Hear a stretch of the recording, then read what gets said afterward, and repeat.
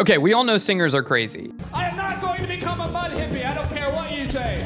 If you click this, you might be kind of crazy too. But there's a good reason for that. Here are 5 huge things about singing that make 0 sense. Look out for these so you can start singing better immediately. Let's go. Okay, number 1, singing on pitch. This is a huge topic that every singer struggles with. But let me put it this way. The reason that you sing off pitch probably has nothing to do with your ear or your ear training. Most likely, you just haven't actually coordinated the muscles in your voice together enough yet so that you can actually hit each of the notes in your range with accuracy. There's actually 100 cents between each half step on the piano or each half step in your voice using the Western scale, which means that there's a 99% chance that you're slightly off pitch somewhere. And we could go down the rabbit hole of Melodyne and Auto-Tune and talk about why these softwares are so popular, but let's just talk about it from a vocal training perspective. In vocal training, most singers start off needing to learn how to sing more on pitch. So rather than if you were singing that flat, you might be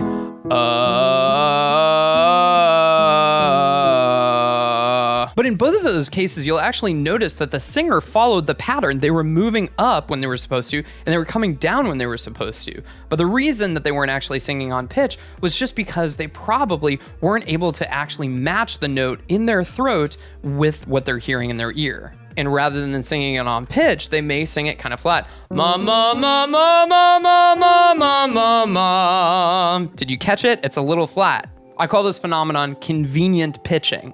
Basically, you're trying to sing the pitch in an area that's most convenient or comfortable for you. Number 2, hitting high notes. Okay, this is one of the craziest things about singing to me, is that anytime you try to go up for a high note, most likely you're gonna go flat and strain. Just like convenient pitching, the reason that you're going flat is because your voice doesn't really want to access that top note. But the solution to this is also very weird and very counterintuitive. Here it is. You have to think low when you sing high notes. High notes are not actually high. There's just a little bit more stretch in the vocal cords that helps you hit higher notes. Just kind of like the thinner strings on the guitar vibrate a little bit faster, creating a higher pitch. So if you don't actually have to sing high for high notes, what's the way to do it? Well, you have to be on top of the note. This is something that I call the plane technique, because just like a plane, rather than reaching up for the notes, you want to come down for a nice soft landing and be on top of the note. Doing this does actually a couple really important things for you. The first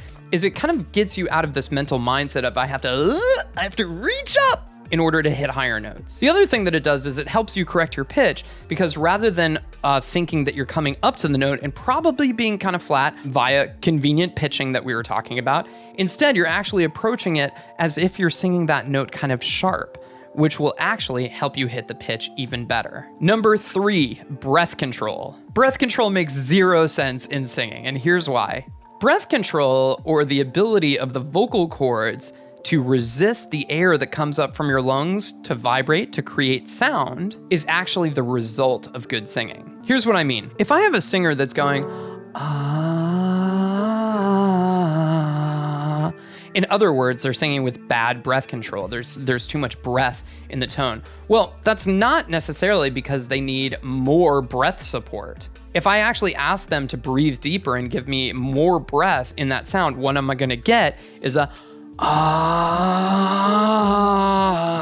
I've just added more pressure to a leaky water hose instead of fixing the leak itself. Just like a water hose, if you place your thumb on the end of it, you're going to actually increase the pressure of the water, and the water is going to go further. The same thing is true with your breath control and your vocal cords. If you get the vocal cords to close a little bit more, contract a little bit more, they're actually going to vibrate against the air a little bit better, creating a fuller sound. If instead we just get them to say, all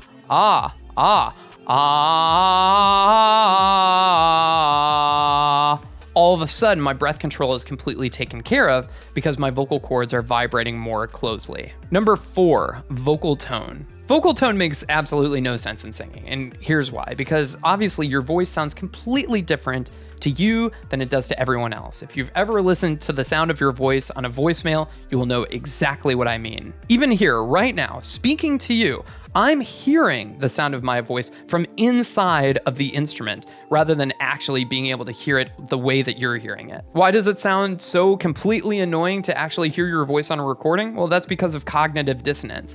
We think that we sound one way because we're inside of our instrument all the time, but actually we sound the way that everybody else hears us. All the vibrations of my voice and my singing are reverberating kind of within this instrument off of the bones of my skull and in my neck and through all of the different resonators that are in my mouth. But what goes out to you sounds completely different than what it is to me. Now, what can you actually do about this? Unfortunately, there isn't a whole lot. I want you to practice the snake venom technique. You need to inoculate yourself against the sound of your own singing voice. There's not a whole lot that I can do about the vocal tone that I'm born with. Of course, I can train my voice to hit higher notes, to sing with a less ratty or a less nasal tone, and actually improve my vocal tone that way. So instead, I have to get used to the sound of my own voice and the way that it actually performs. This takes time because, again, it makes zero sense why we sound completely different to ourselves than others. Number 5, vocal coaching. Obviously, that doesn't mean that I don't think that you should take lessons. But unlike other instruments where typically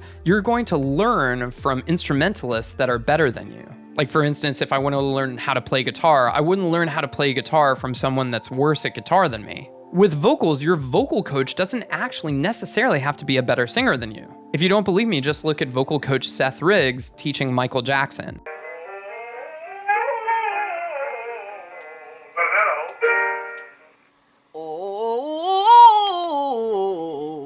There's absolutely no way by any measure that Seth Riggs is a better singer than Michael Jackson. And yet, Jackson took lessons from him for years, as did Stevie Wonder and many other huge celebrities. So if a vocal coach doesn't actually have to be a better singer than you to help you improve, what's the point? Well, it's actually very similar to what we just talked about. You always sound different to yourself than you do to other people.